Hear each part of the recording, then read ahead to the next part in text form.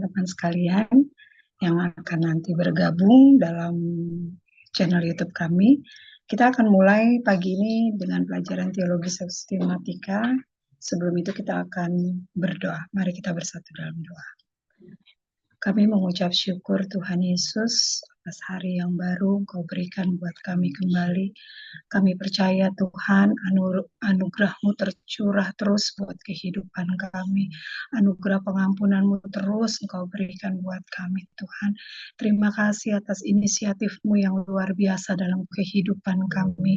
Ajarkan kami selalu untuk meresponi dengan benar Tuhan inisiatif-Mu dalam kehidupan kami. Terpujilah Engkau, terpujilah Engkau. Terima kasih Tuhan. Terima kasih biar di hari yang baru ini Tuhan, damai sejahtera-Mu, sukacita-Mu, kesukaan daripada-Mu boleh menjadi bagian kami. Biar di sepanjang hari ini hanya ucapan syukur yang kami naikkan kepada-Mu. Terima kasih Tuhan Yesus, kami percaya Engkau berikan kami kemampuan, kekuatan dalam setiap kegiatan kami. Terima kasih Tuhan atas semangat yang baru, kerinduan yang baru terus Tuhan untuk kami belajar kebenaran firman-Mu. Saat pagi hari ini kami mohon kepada-Mu Tuhan, Tuhan tolong kami, berikan kami terus roh pengertian, hikmat, urapan daripada-Mu, terlebih hamba-Mu yang akan memberitakan, memaparkan kebenaran firman-Mu Tuhan. Kami tahu Tuhan, hikmat, urapan hanya daripada-Mu Tuhan. Biar Engkau terus pakai menjadi alat-Mu untuk memberitakan kebenaran firman-Mu. Biar firman yang disampaikan dapat dimengerti oleh kami yang mendengar, melihat Tuhan Yesus. Kami berdoa juga buat teman-teman kami yang akan bergabung, yang akan melihat dalam channel YouTube Tuhan. Tuhan tolong mereka juga Tuhan, beri mereka juga kerinduan yang sama seperti kami untuk mereka juga belajar firman-Mu. Biar firman-Mu itu menjadi rema dalam hidup kami dan kami boleh mengerti dan mengaplikasikan dalam kehidupan kami sehari-hari. Terima kasih Tuhan, terima kasih. Kami percaya Tuhan Yesus Engkau mengampuni kami keterbatasan kami Tuhan dari perkataan, pikiran, perbuatan kami. Kami mulai Tuhan Yesus pembelajaran kami pagi ini hanya di dalam nama Tuhan Yesus Kristus. Haleluya. Amin.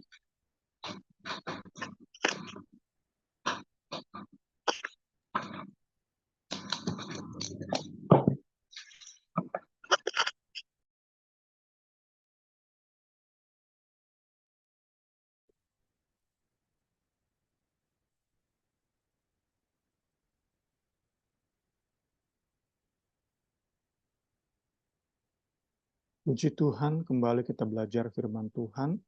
Kita rindu Alkitab, lebih lagi kita utamakan kebenaran Kristus, kepentingan Kristus, itu yang lebih dan lebih lagi kita mau utamakan. Puji Tuhan. Kita mau belajar kembali dari doktrin Alkitab. Pagi hari ini inspirasi Alkitab, tujuan pembelajaran inspirasi atau pengilhaman Alkitab.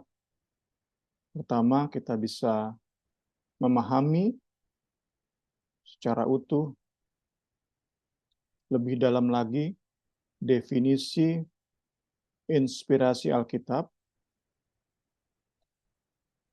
Kedua, kita mau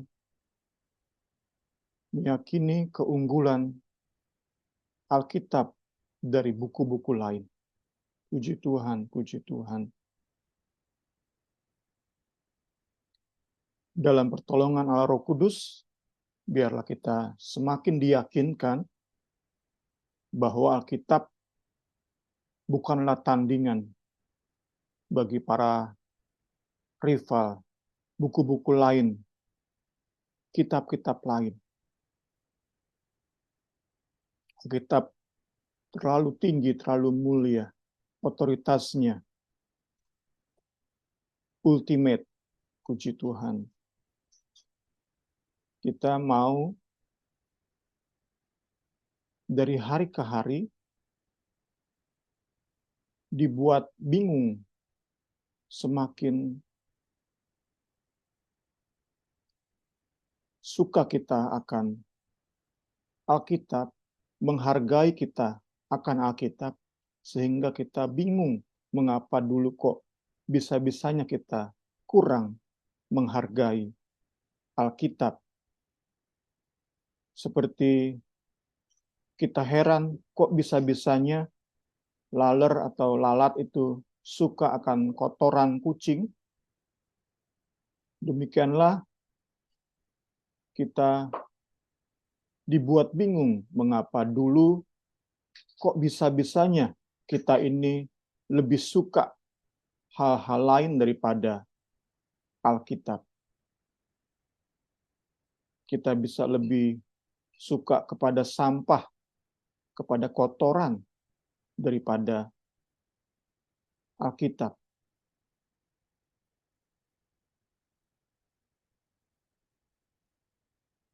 Dalam pengalaman tersebut,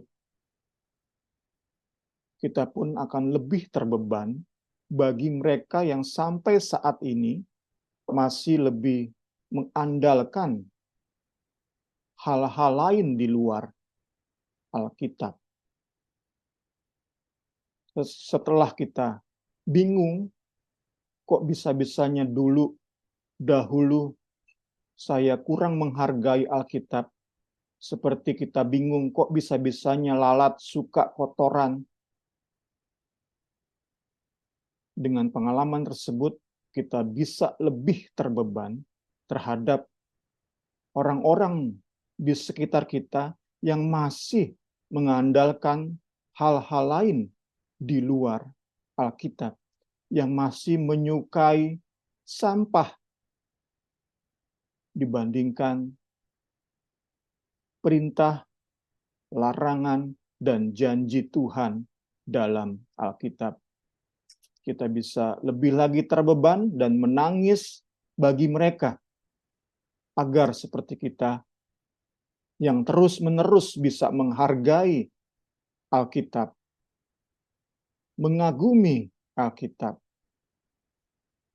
Hidup kita terus dan terus tergugah oleh Alkitab. Demikianlah kita rindu orang-orang di sekeliling kita juga bisa mengalami hal yang sama. Karena itu kita mau menangis bagi mereka. Puji Tuhan, puji Tuhan. Kita masuk ke pendahuluan, pengilhaman Alkitab. Dijelaskan di sini, kita sudah belajar bahwa Allah memberikan pewahyuan khusus bagi umatnya.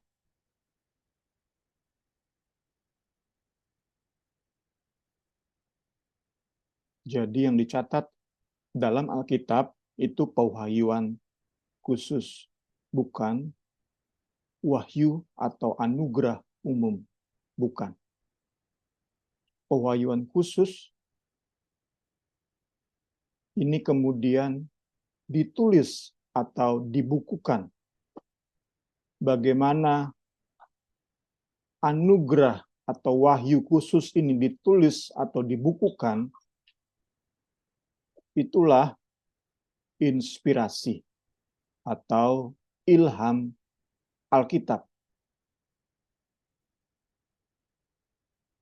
Masalahnya adalah Alkitab itu ditulis oleh manusia. Karena itu yang menjadi pertanyaan adalah tulisan manusia. Tulisan seperti apa yang dapat disebut sebagai firman Allah? Apakah semua bentuk tulisan orang Kristen yang mengaku Kristen? Apakah semua buku yang ditulis oleh orang-orang yang mengaku nabi? Itu kan perlu kita mengerti. Sehingga kita sampai kepada mengapa kita memiliki 66 kitab. Bukan 60, 50, dibulatkan 70 kitab, bukan. Tetapi 66 kitab. Kenapa enggak misalnya Injil Barnabas, Injil Thomas? dimasukkan ke dalam Alkitab. Kenapa? Kenapa tidak? Jadi, dengan pendahuluan ini kita tahu bahwa inspirasi atau ilham Alkitab itu berhubungan erat dengan nanti kita belajar kanon Alkitab. Bagaimana Alkitab ditetapkan 66. Tentu saat bicara tentang Perjanjian Lama, 39 kitab itu mudah untuk segera ditetapkan. Tetapi 27 kitab Perjanjian Baru ini tentu melalui proses yang tidak mudah. Nanti kita belajar di kanonisasi Alkitab. Puji Tuhan. Puji Tuhan, puji Tuhan. Kita bersyukur pagi hari ini kembali kita bisa belajar doktrin Alkitab. Dengan pembelajaran bagi hari ini, tentu kita harapkan Alkitab lebih dan lebih mengubahkan cara pandang kita, kesukaan kita, dan hasrat kita. Kalau dulu kita sama seperti lalat yang suka kotoran kucing, sekarang kita benar-benar menyukai Alkitab, menyukai perkara-perkara kekayaan, keindahan surgawi. Puji Tuhan, puji Tuhan. Masuk ke dasar Alkitab, kita lihat dulu 1 Yohanes 1 ayat 1 sampai 3.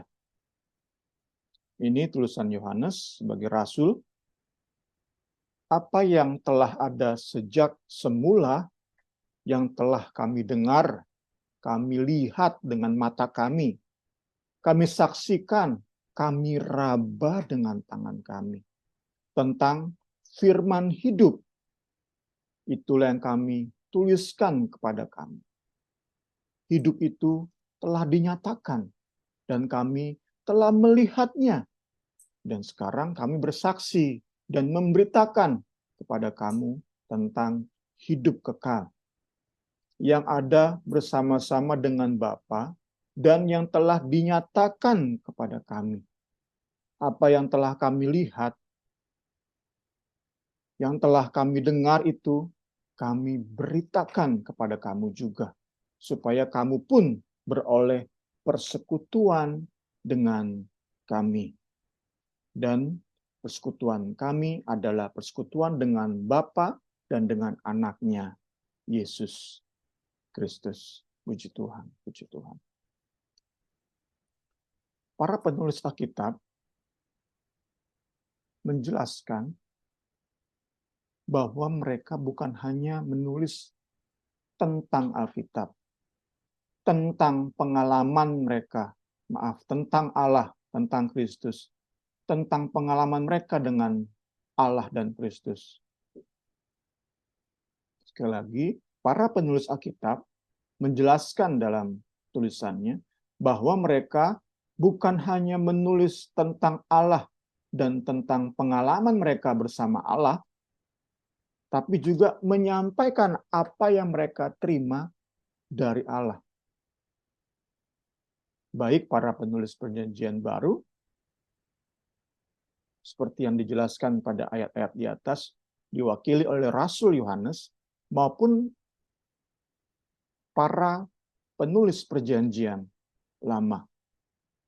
Para penulis ini bukan hanya mencatat kisah hidup mereka, bukan hanya mencatat biografi Yesus Kristus atau sejarah bangsa Israel, pilihan Allah, sejarah gereja, tapi mereka pun mencatat perkataan Allah.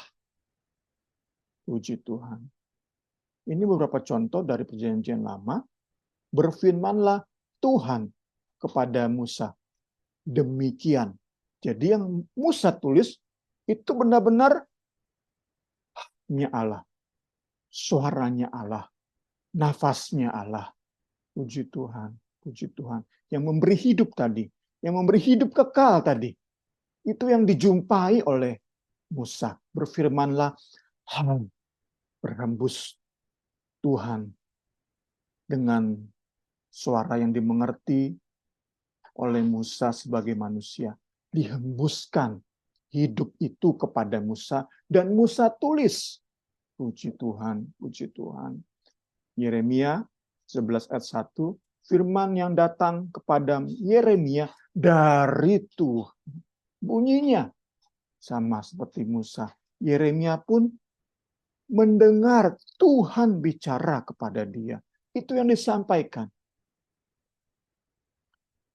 Kita mengerti saat manusia bicara bukan hanya itu manusia ya, bukan hanya suara, tetapi ada hembusan. Bahkan kalau manusia yang jorok ada liur. Itu gambaran dari kita manusia. Kita diciptakan serupa segambar Allah. Tentu saat Allah berfirman, dia bukan hanya menyatakan, memperdengarkan suara, tetapi ia menghembuskan nafas. Puji Tuhan. Dalam firman ada kehidupan. Dalam firman Allah ada hidupnya Allah.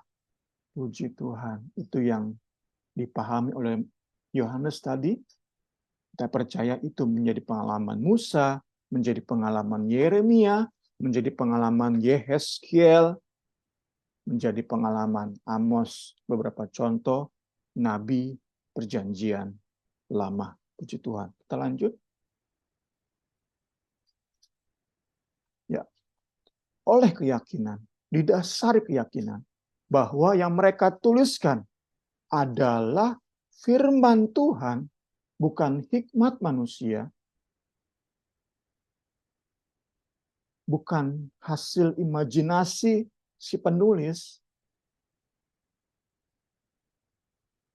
Ini yang membuat, didasari keyakinan ini membuat para penulis mendorong jemaat, mendorong pembaca, mendorong umat, mendorong pendengar untuk menerima tulisan mereka sebagai perintah Tuhan. Yang jika tidak ditaati, konsekuensinya antara hidup kekal atau hukuman kekal. Puji Tuhan, puji Tuhan. Saat mereka tulis Alkitab, mereka yakin itu perintah, larangan, dan janji Allah.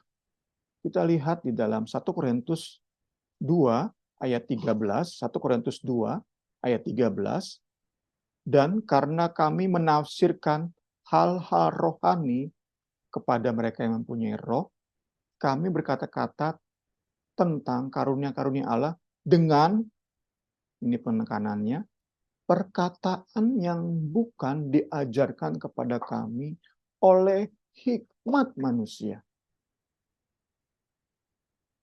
tetapi oleh roh.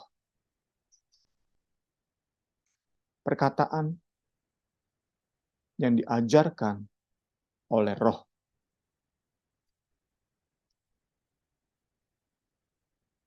Satu Korintus 14 ayat 37.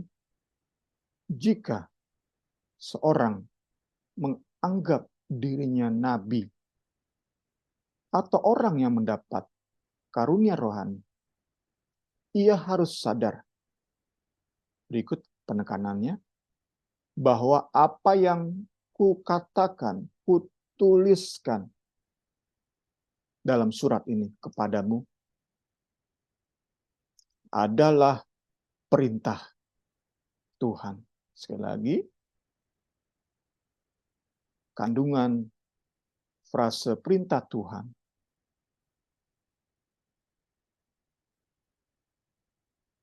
itu memberi penegasan siapa yang melakukan,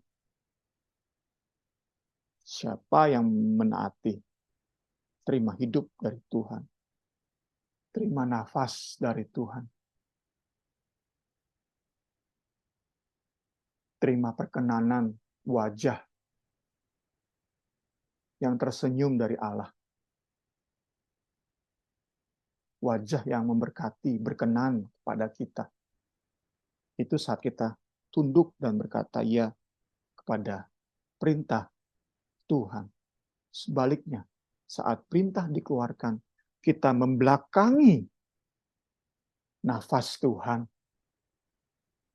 Kita menjauh dari perkenanan Tuhan. Itu berarti kita sedang menghancurkan diri sendiri. Itu penekanan yang Paulus berikan di ayat ini. Jadi meski ada seorang menganggap dirinya nabi, ada orang Kristen yang luar biasa Tuhan pakai, mendapat karunia-karunia rohani yang extraordinary. Namun, saat mereka membelakangi perintah Tuhan yang ditulis oleh Paulus, mereka hidup di luar perkenanan Tuhan. Mereka berada dalam kutub iblis. Puji Tuhan, kita belajar, dan kita belajar. Puji Tuhan, puji Tuhan. Saya ingin kembali memberikan contoh kasus bagaimana Alkitab, perintah Tuhan di belakang, firman Allah tidak diutamakan, tulisan Alkitab tidak diperhatikan, tidak diutamakan. Kembali dari Twitter, sesuatu yang baru saja viral tentang seorang anak gembala, anak pendeta, yang membongkar aib ayahnya sendiri. Aib yang telah ia simpan selama 14 tahun. Aib tentang aib dari sang ayah, seorang gembala di sebuah gereja aliran karismatik di Minnesota, Amerika Serikat. Sang ayah menikahi menantunya, istri dari anaknya. Itu terjadi 14 tahun yang lalu. Keanehan mulai terjadi saat istri si gembala ini, papanya ini, sakit keras. Papanya ini sudah mulai aneh. Dia sempat bernubuat bahwa istrinya akan pulang ke surga dan untuk dia sudah disediakan pengganti, pendamping. Itu yang dinubuatkan oleh sang ayah. Tuhan sudah menyiapkan istri baru. Itu dalam posisi sakit.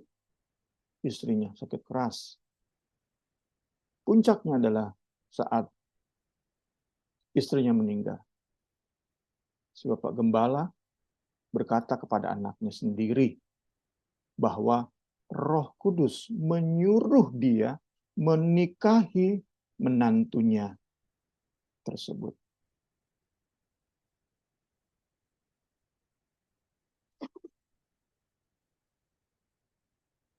Dan hebatnya sampai sekarang masih ada itu pekerjaan Tuhan.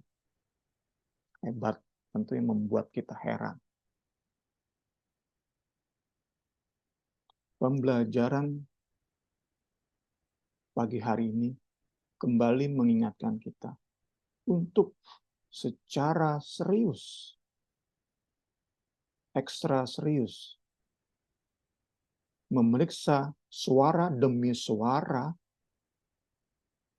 bahkan di saat kita begitu kusuk dalam doa, ada suara datang, periksalah dengan ekstra serius. Itu suara Roh Kudus, suara keinginan daging, atau bahkan suara iblis. Kita sudah belajar berkali-kali, kalau itu suara roh, pasti bersesuaian dengan Alkitab dan berpusat kepada Kristus dan karya salib. Di luar itu,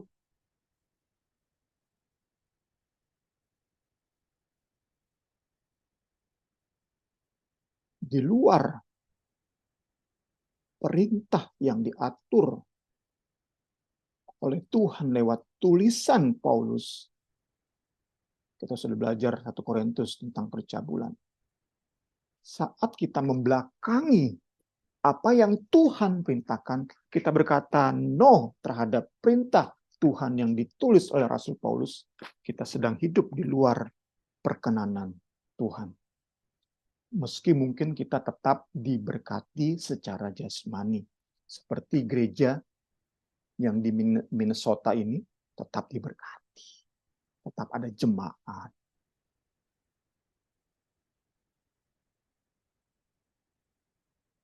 Karena itu perlu secara ekstra serius periksa setiap suara yang kita dengar, bahkan di saat kita sedang berdoa, menangis, gemetar, periksa suara tersebut, suara Tuhan, daging, atau bahkan iblis.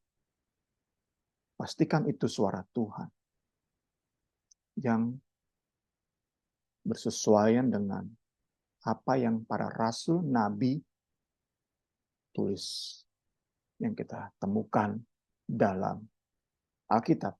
Puji Tuhan, segala hormat, kemuliaan bagi Yesus Kristus.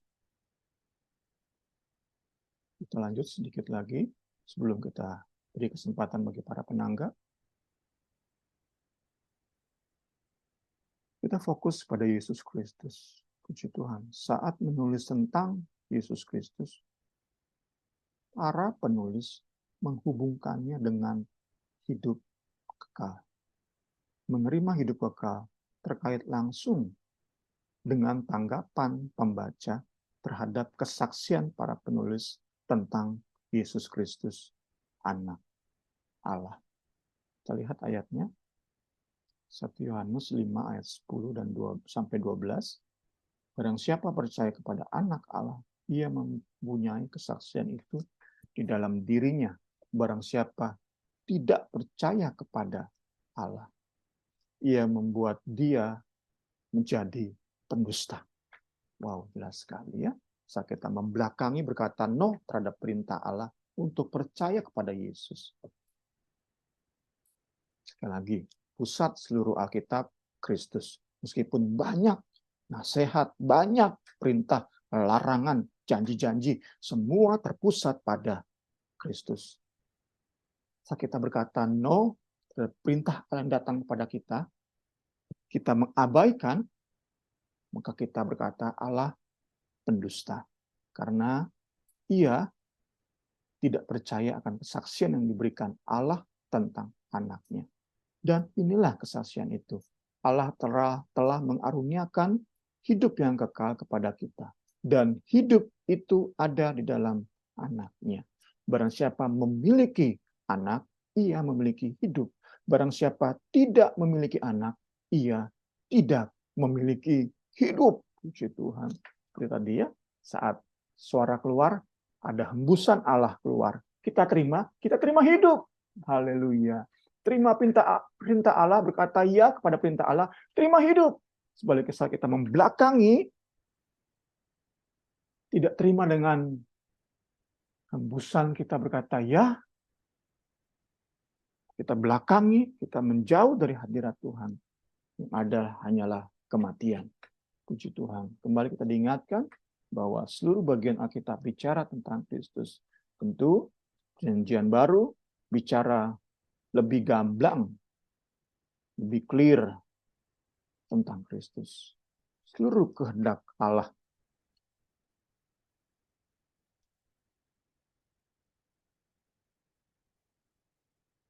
dirangkum, puji Tuhan, puji Tuhan, dalam ketaatan kepada Kristus,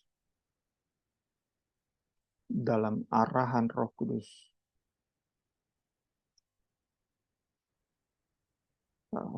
Rasul Paulus kembali menuliskan di sini, sebab aku tidak lalai memberitakan seluruh maksud Allah kepadamu. Bisa dicek lagi ayat ini.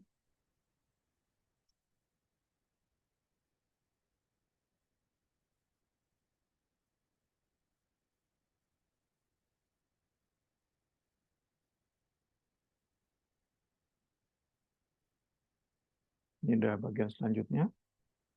Balik sini dulu. Ya, ini dia.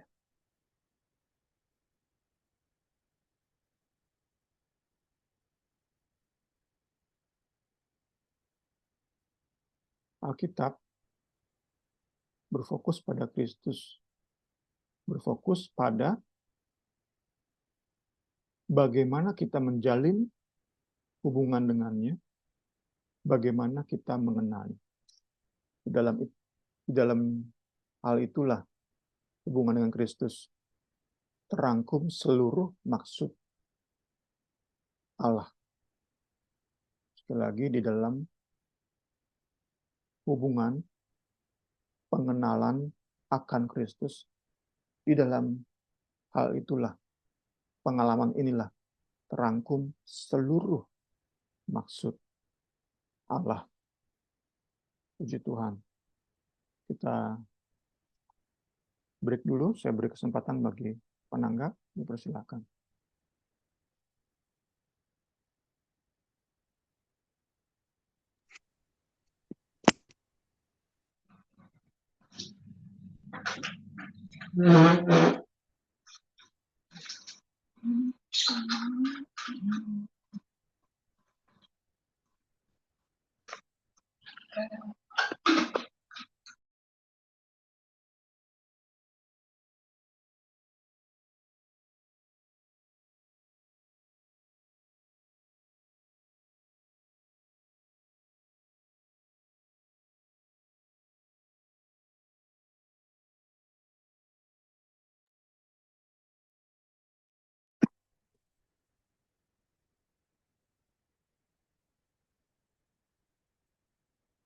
Puji Tuhan, kita lanjut.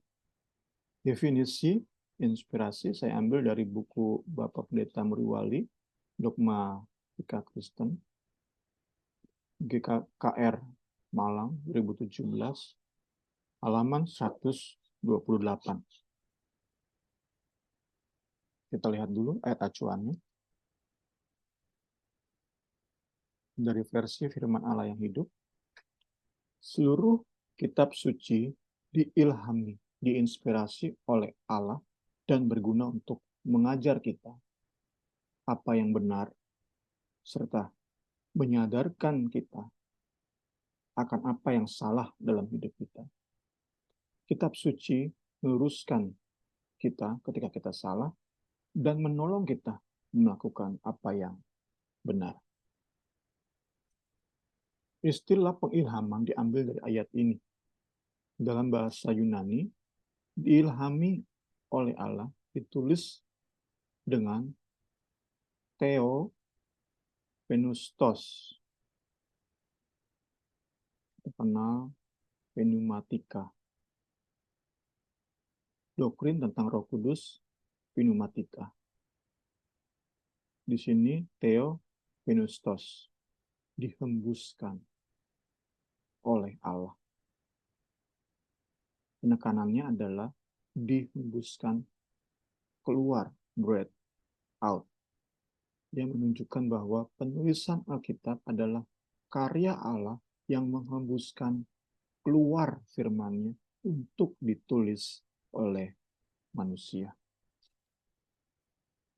Fungsi dari pengilhaman adalah untuk mengamankan penulisan Alkitab tadi ya, pencatatan anugerah wahyu khusus dari kesalahan dan kesesatan. Semua penulis Alkitab menulis tanpa salah dan tanpa sesat, karena mendapat ilham dari Allah. Dengan demikian, dapat kita katakan bahwa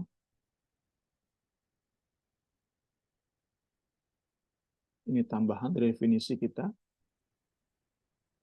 para nabi dan rasul menerima wahyu dan juga ilham. Wahyu, ilham untuk nulis. Sedangkan para penulis di luar nabi dan rasul, seperti Lukas dan Mordekai, hanya menerima ilham. Lukas yang mencatat, menulis Injil Lukas dan kisah para rasul, Mordekai yang menulis, diyakini para teolog yang menulis kitab Ester. Mereka berdua bukan seperti Rasul Yohanes, Rasul Petrus. Mereka berdua bukan juga seperti Nabi Yesaya, Nabi Yehezkiel. Jadi dicontohkan seperti poin-poin tadi.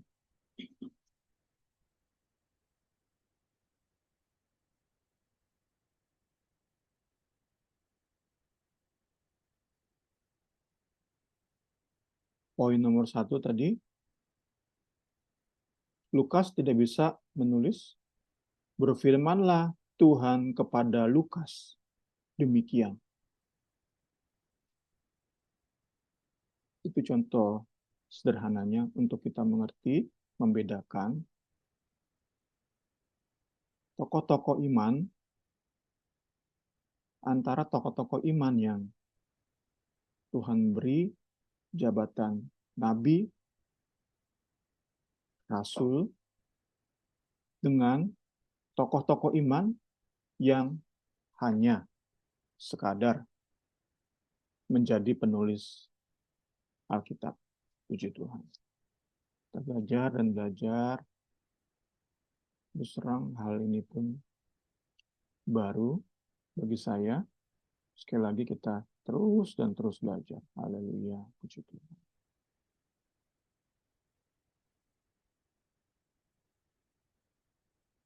Masuk ke natur pengilhaman.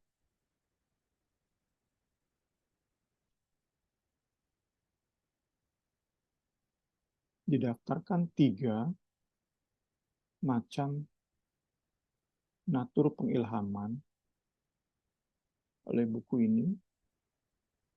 Kita lihat satu persatu. Pertama adalah pengilhaman mekanik.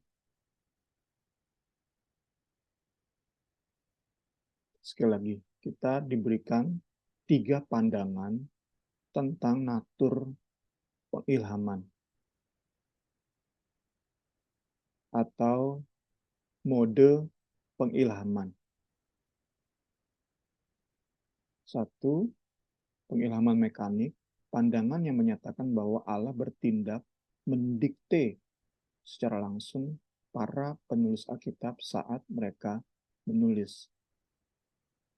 Jadi para penulis dalam posisi pasif. Kita gambarkan seperti robot.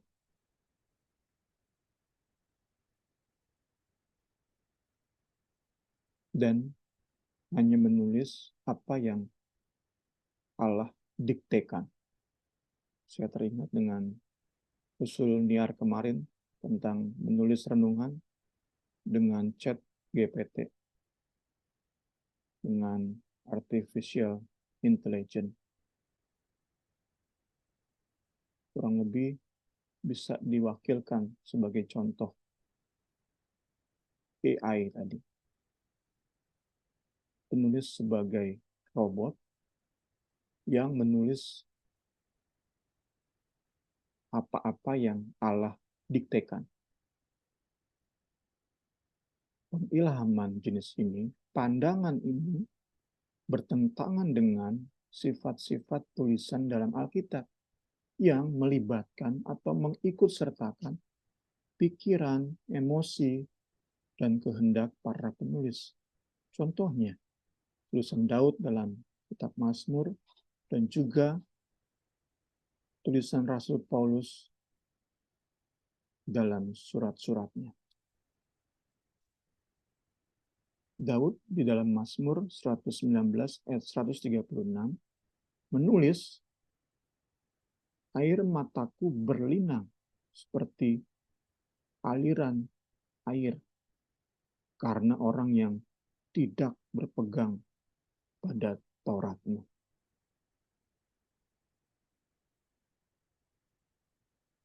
Emosi Daud diikut sertakan.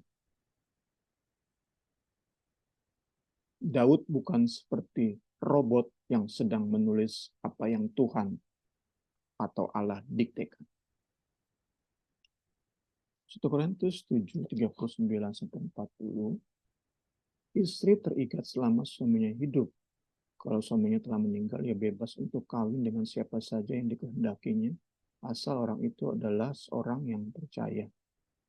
Tetapi menurut pendapatku, ia lebih berbahagia kalau ia tetap tinggal dalam keadaannya. Dan aku berpendapat bahwa aku juga memiliki roh Allah. Pendapat pemikiran Paulus diikut sertakan. Karena itu, pada prinsipnya kita tidak menerima pandangan pengilhaman mekanik. Kedua, pandangan kedua adalah pandangan pengilhaman dinamik. Pandangan yang menyatakan bahwa para penulis Alkitab adalah orang-orang suci yang berjalan bersama dengan Tuhan, sehingga pikiran, emosi, kehendak moral mereka kudus adanya. Dan karena itu, apa yang mereka tulis adalah tulisan-tulisan suci. Dapat dikatakan bahwa pandangan ini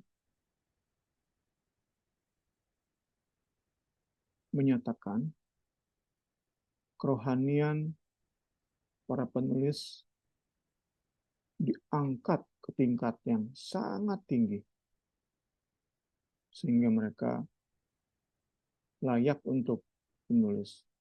Pada prinsipnya, pandangan semacam ini terlalu meninggikan keberadaan dan juga hasil tulisan si penulis.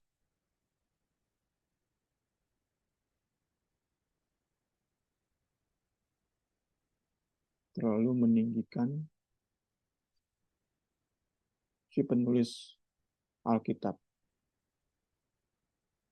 Mereka memang menerima karunia spesial, namun pandangan ini terlalu meninggikan posisi mereka di atas umat lain, di atas orang-orang percaya lain. Seperti Rasul Paulus, kalau dalam pandangan ini, dia berarti dibuat setengah dewa.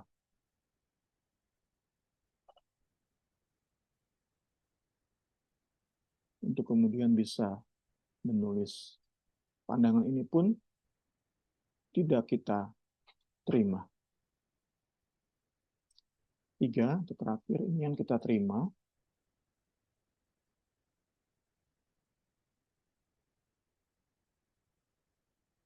Pandangan yang menyatakan bahwa Roh Kudus menggunakan cara organik ketika ia menggerakkan penulis Alkitab menulis. Artinya, bahwa Roh Kudus memakai mereka seperti apa adanya mereka. Sesuai dengan karakter, karunia, latar belakang pendidikan, budaya, bahkan gaya bahasa mereka. Menghasilkan tulisan dengan sifat-sifat unik berdasarkan keunikan para penulis. Meski demikian, saat menggerakkan para penulis, Roh Kudus memimpin secara langsung, immediate. sampai kepada pemilihan kata-kata yang mereka gunakan. Dengan demikian, Roh Kudus memastikan, mengamankan bahwa hasil penulisan mereka bebas dari kesalahan dan kesesatan. Kiranya kita bisa mengerti bagian ini, sehingga saat kita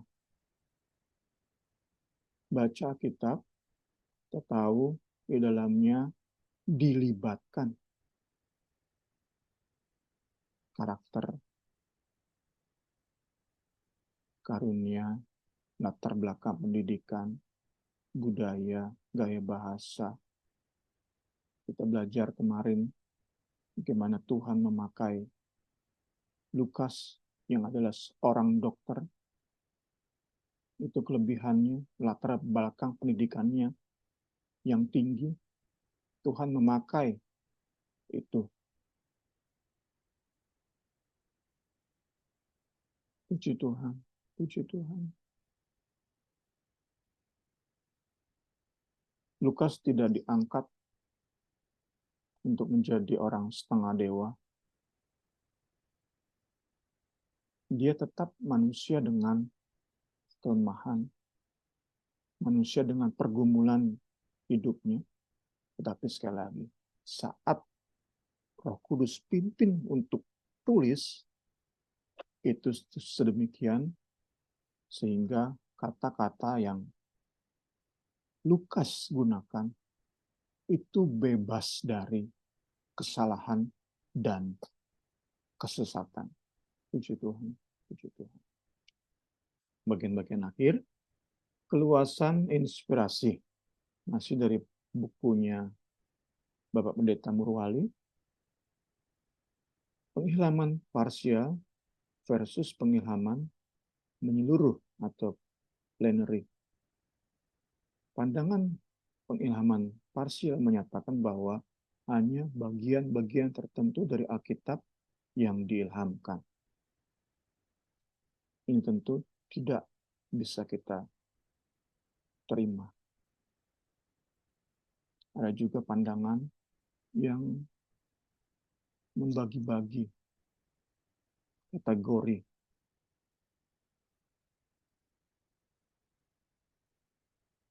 Ada yang benar-benar penting, ada yang menengah tingkat kepentingannya, terus turun. Berarti ada yang sangat kurang penting dari Alkitab. Buku kita mengajari kita saat kita melakukan hal itu terhadap Alkitab, membagi-bagi berdasarkan kategori, berdasarkan tingkat kepentingannya, itu membuat Alkitab bersifat subjektif. Masing-masing orang akan memberikan penilaian-penilaian tersendiri. Itu pun berbahaya. Karena itu kita mau menganggap seluruh bagian Alkitab diilhamkan Roh Kudus, dan itu penting bagi kita. Karena semua bagian Alkitab mengarah kepada Kristus dan karya salibnya. Puji Tuhan, puji Tuhan, kita belajar dan belajar pagi hari ini. Terakhir, pengilhaman konseptual versus pengilhaman verbal. Pandangan pengilhaman konseptual menyatakan bahwa yang Allah ilhamkan hanyalah konsep, bukan kata per kata. Ini pun tentu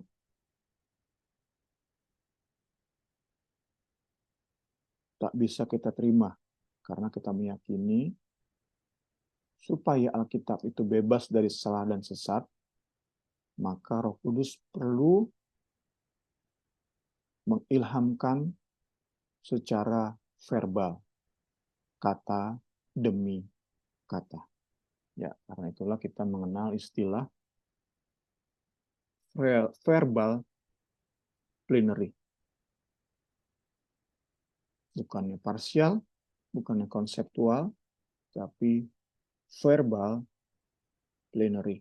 Semua bagian Alkitab, seluruh bagian Alkitab diilhamkan oleh Roh Kudus sampai kepada kata demi kata. Tentu ini menunjuk kepada naskah awal dari Alkitab, bukan yang kita miliki versi LAI, terjemahan firman Allah yang hidup, atau terjemahan King James Version, bukan itu. Semua yang kita belajar tentang kata per kata, bebas dari salah dan sesat, itu menunjuk kepada naskah awal Alkitab. Nanti kita juga, atau nanti pas kanonisasi mungkin ya, pas kanon kita belajar menjawab pertanyaan, mengapa naskah tersebut sekarang tidak ditemukan.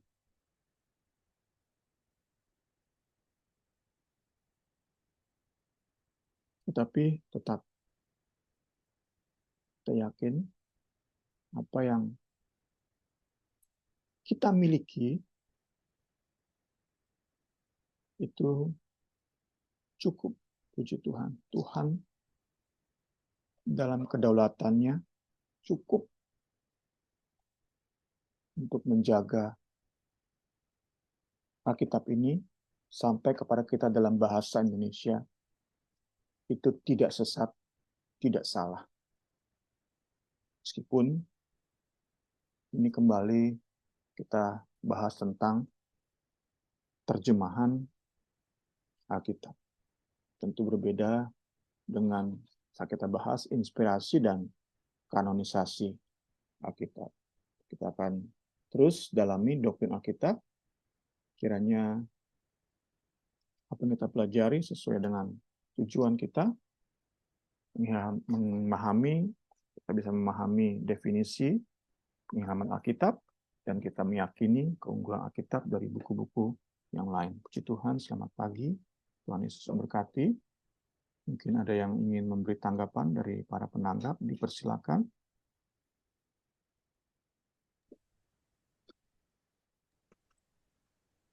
Ya, Bin, saya mau ngasih sedikit tambahan tentang pernyataan beberapa tahun lalu gitu. Saya pernah mikir gitu ya, karena kan saya sangat terdekati oleh tulisan Paulus di Perjanjian Baru. Jadi semua Alkitab yang ditulis Paulus itu sangat memberkati gitu. Jadi sempat waktu awal-awal rajin, awal-awal belajar Alkitab tuh kayak mikir gitu, aduh Paulus kenapa ya bisa menulis sedemikian rupa gitu. Jujur ada sedikit keraguan gitu ya waktu itu, apa yang ditulis Paulus gitu, maksudnya itu sangat luar biasa, tapi bagaimana sih dia itu bisa menulis sedemikian rupa gitu.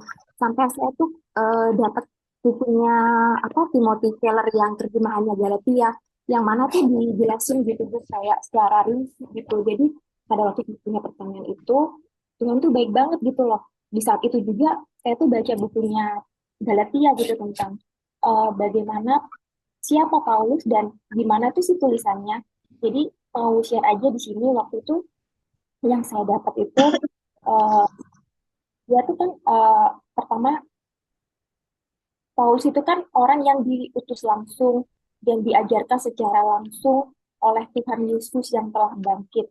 Jadi dia bukan cuma apostol yang kelas yang memang benar-benar yang benar-benar diutus Tuhan gitu. Dan di sini ada tulisan bahwa sesuai dengan Galatia 1 ayat 9 itu kan ada tulisan bahwa seperti yang telah kami katakan dahulu, sekarang katakan sekali lagi, jikalau ada orang yang memberitakan kepadamu suatu Injil yang berbeda dengan apa yang telah kamu terima, terkutuklah dia.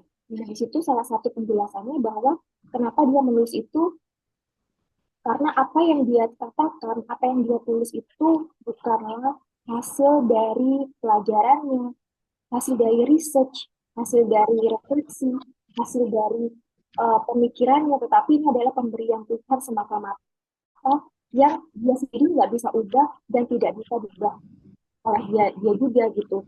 Jadi waktu itu kalau buat saya sih itu sangat-sangat apa ya, memberkati dan sangat-sangat nampar gitu waktu itu. Jadi itu bukan refleksinya Paulus, bukan hasil pemikiran, bukan hasil reasoningnya dia gitu.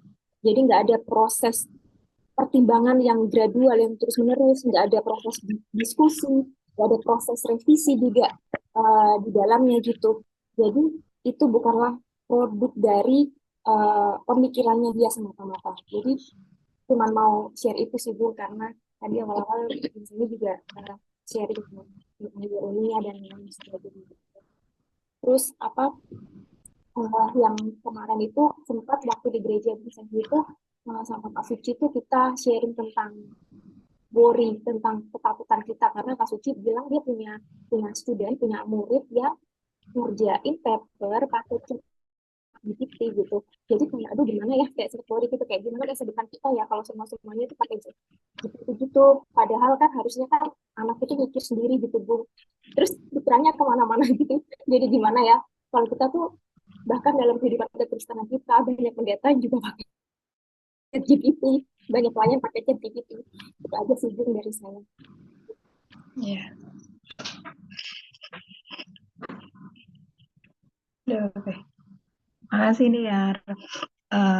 Nanti kita akan tutup pelajaran kita. Nanti nih ya yang berdoa ya.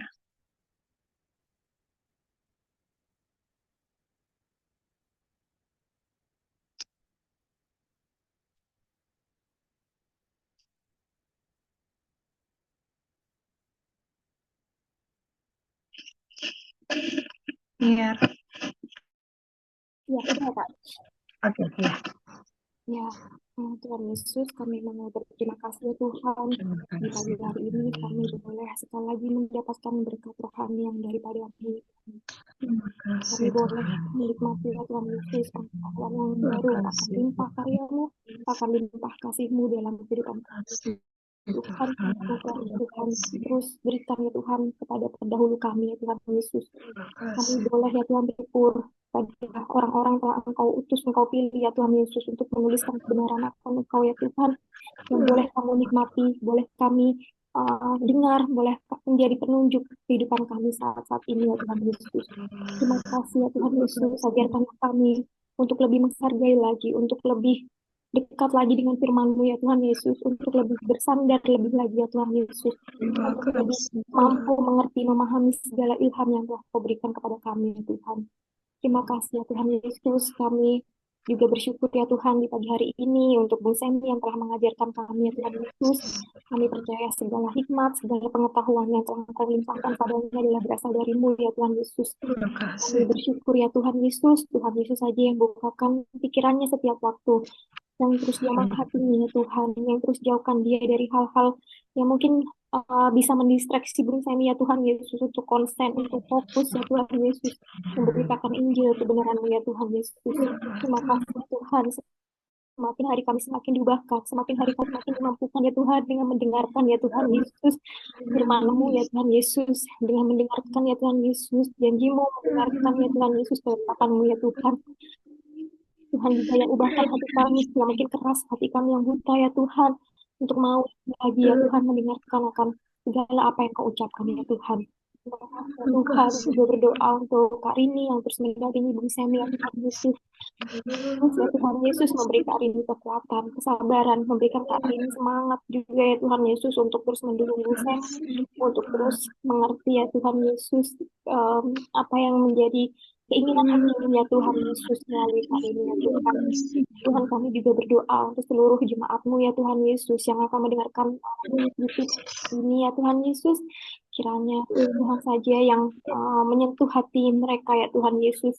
Dan Engkau sudah menyentuh hati kami terlebih dahulu ya Tuhan. Kiranya Engkau saja ya Tuhan Yesus yang bekerja dalam hati anak-Mu ya Tuhan Yesus. Membuka hati kami ya Tuhan Yesus untuk semakin ya Tuhan Yesus mengasihi Engkau, semakin mencintai Engkau ya Tuhan Yesus, semakin ingin ya Tuhan untuk lebih lagi mengetahui Tuhan. Terima kasih ya Tuhan, terima kasih atas berkat rohani yang Tuhan tidak pernah berhenti berikan kepada kami, dan kami mau bersyukur terus Yesus atas semuanya yang telah Engkau berikan kepada kami ya Tuhan. Terima kasih ya Tuhan, Tuhan yang kumpulkan kami dalam Bible study selanjutnya, baik itu di Selasa atau hari Jumat nanti ya Tuhan, dan baik itu ya Tuhan Yesus dalam persekutuan doa Injil ya Tuhan. Terima kasih Tuhan Yesus, terima kasih untuk segala anugerah-Mu dalam hidup kami. Kami sudah berdoa hanya di dalam nama Tuhan Yesus Kristus. Haleluya. Amin. Makasih Niar.